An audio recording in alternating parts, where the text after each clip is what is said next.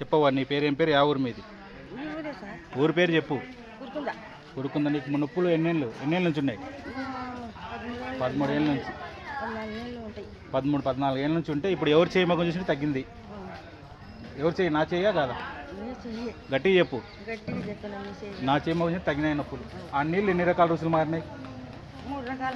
3-4 రకాలు మారినాయి. ఎవరు చెప్పిండే మారింది? నేను చెప్పింటే మారిందా? ఎన్ని పండ్ల రకాలు చెప్పు. ఆపిల్ పండు, తర్వాత టెంకాయ నీళ్ళు లెక్క, బిర్యానీ లెక్క కూడా అయింది కదా. తర్వాత మామిడి పండు అయింది.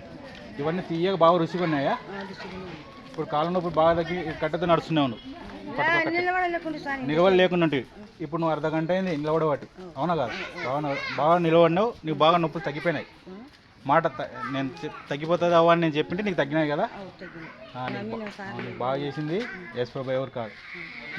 నీకు బాగా నడుస్తున్నావు కదా, నీ సంతోషం.